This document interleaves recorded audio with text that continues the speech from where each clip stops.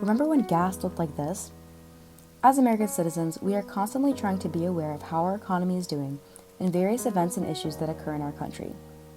Today, we're going to zoom into a significant economic situation and how it affected the United States, which is the high inflation during 2021.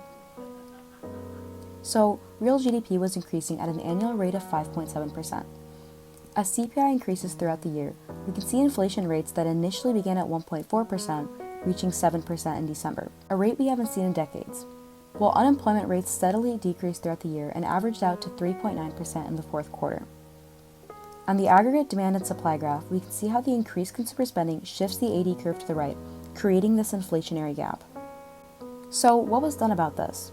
Well, the aftermath of the 2020 pandemic caused various issues, such as shut down businesses and factories, resource scarcity, and labor shortages, which majorly reduced the supply of goods. Because of the severity, the government had a bigger priority in providing economic relief. The White House states that the Biden administration decided to release 1 million barrels of oil from petroleum reserves to lower gas prices, encourage domestic production, keep ports open 24/7 to reduce shipping delays, and they also enacted the Infrastructure Investment and Jobs Act, which we'll talk about later. According to the U.S. Economic Development Administration, on March 11, 2021, the American Rescue Plan Act was put into place, providing America with billions of dollars in stimulus checks, unemployment benefits, and child tax credit expansions. In turn, consumer spending greatly drove up, increasing aggregate demand even more. At the same time, the supply chain disruptions caused the AS curve to shift leftwards, and now we're left with a higher equilibrium point and even more inflation. To meet the higher demand, businesses began to hire more workers and raise wages. We can see here on the Phillips curve that as unemployment falls, inflation continues to rise. Once inflation started to get increasingly problematic, former President Joe Biden signed the Inflation Reduction Act during 2022. According to the White House, the act aims to be a long-term investment into renewable clean energy, domestic supply chains, and improved healthcare. It also raised taxes for the wealthy and required larger corporations to pay a minimum of 15% in taxes. The relief provided aided a lot of struggling Americans at the time and prevented the United States from entering a recession, which many had feared due to the financial crisis in 2008. Releasing oil greatly helped consumers with the high gas prices, given everyone was beginning to exit quarantine living. Investing in infrastructure, clean energy sources, and lowering costs also set the United States up for long-term improvement. Some downsides to Congress and former President Biden's decisions were that they didn't initially directly aid inflation, and a lot of the policies ended up actually worsening it. The actions taken were more measures for short-term relief, which didn't address the root of the issues that were causing inflation.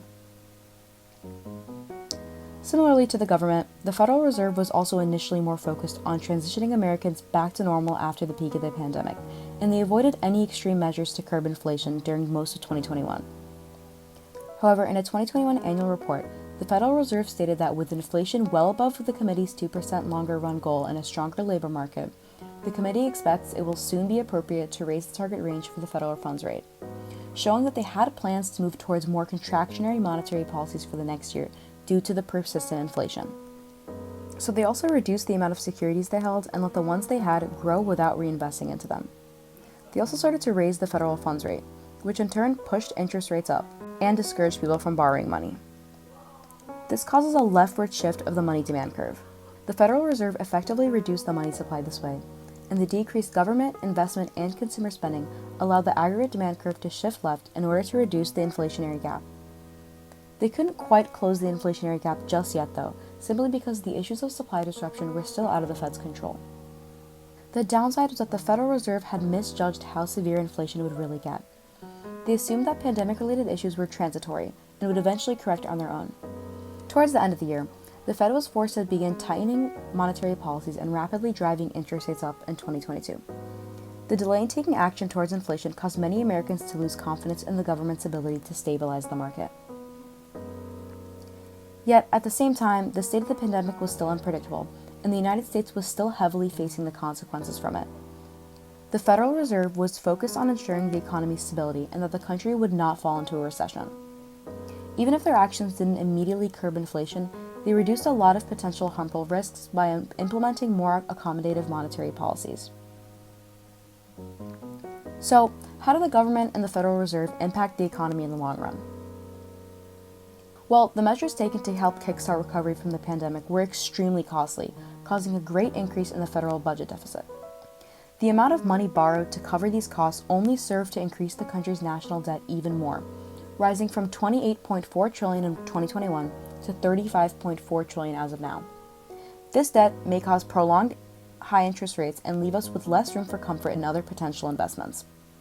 The actions taken to combat inflation in 2022 still continue into today, which has made inflation slow down, but it is still above the Federal Reserve's 2% target range. Furthermore, the sudden acceleration of contractionary policies greatly increased the cost of borrowing, causing businesses and consumers to be less willing to invest. On the other hand, businesses discovered that many consumers are still willing to purchase certain products regardless of its price increase, which incentivizes businesses to keep their prices high as long as they are still making a profit. The Infrastructure Investment and Jobs Act and the Inflation Reduction Act did set forth a good path for long-term growth.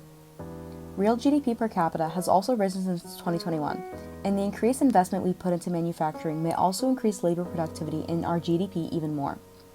But higher interest rates will continue to dampen future investments, which are needed to foster long-term economic growth.